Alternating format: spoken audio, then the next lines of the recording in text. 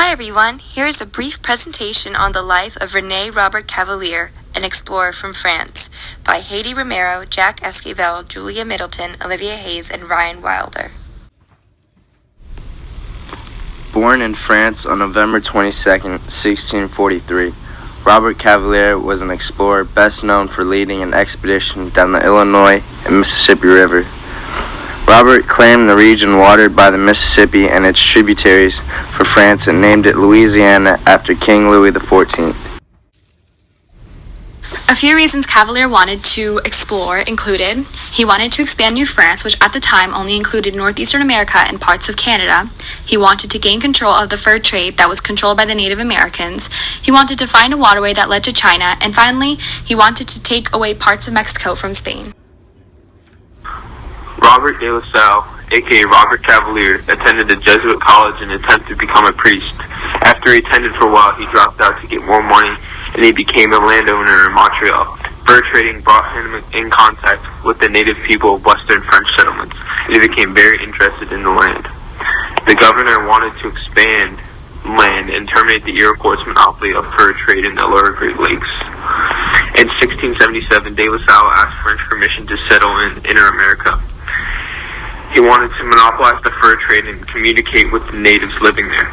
He was granted permission by the king to go, but the king would not fund the trip, so he had to fund it himself, which drained all of his funds. There was much controversy over whether or not he should go. De La Salle began his explorations in 1679. As before mentioned, La Salle traveled from France to Fort Frontenac, a French trading post in Canada, in 1667. In 1669, he journeyed through the upper Great Lakes, specifically Lake Ontario and Erie. In 1677, he asked permission of King Louis XIV to settle a colony in Inner America. He was allowed to go, but needed to fund the trip himself. In the same year, he returned to America with his lieutenant, Henry de Tonty, and their ship, the Griffin. With the ship, they traveled through Lake Erie and Huron, but traveled Lake Michigan on canoes, coming back to find the Indians had wrecked the Griffin. He finally reached the Mississippi River and New Mexico in 1682, after settling a camp near modern-day Memphis, Texas. He named the Mississippi area Louisiana after his king. But things began to take a bad turn for La Salle when in 1684 he returned to the Mississippi River with a first attempt to start a colony, but his supply ship was lost and another ship wrecked on the shore, while the Indians ransacked the remaining supplies. La Salle's crew shot the Indians, and another ship wrecked by a drunken pilot in the end, leaving only 8 survivors. This caused distrust in his crew. In 1686, La Salle attempted again with only 17 out of 42 other men to colonize the Mississippi area, but was shot by 5 of his men and killed. Though later relationships with Indian traders proved successful, some tribes caused La Salle trouble on his journeys, particularly when they ransacked his ships on multiple occasions. Later, La Salle met his end when 5 fed-up men shot him. Our primary source is written by Father Louis Hennepin.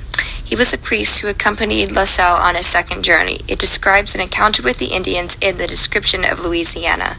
The first quote, "A calumet of this kind is a sure passport among all the allies of those who have given it. It shows how they made contact with the Indians." The second quote, "The next morning, 30th of October, they all advanced arms in hand to begin the attack. This shows the Indians' response to their contact." The third quote, "As we had no acquaintance with the Indians of this village, the commandant first ordered all of us the arms to be got ready, and this shows La Salle's troops' response to the Indians and the ongoing conflict while they were there." The effects of Robert Cavalier's expedition were that he became the first to travel the length of the Mississippi River, claiming all of the land around the Mississippi and its tributaries for Louis XIV, which allowed him to name the region Louisiana. One of Robert Cavalier's most important legacies is the many contributions he made to spread knowledge of the Great Lakes and Mississippi Basin. Cavalier had a crew consisting of 18 Native Americans during the Louisiana expedition, which established a very strong relationship between him and the Native Americans. Cavalier did many great things during his expedition, leaving behind many legacies. Thanks for watching! And here we have a list of our cited sources.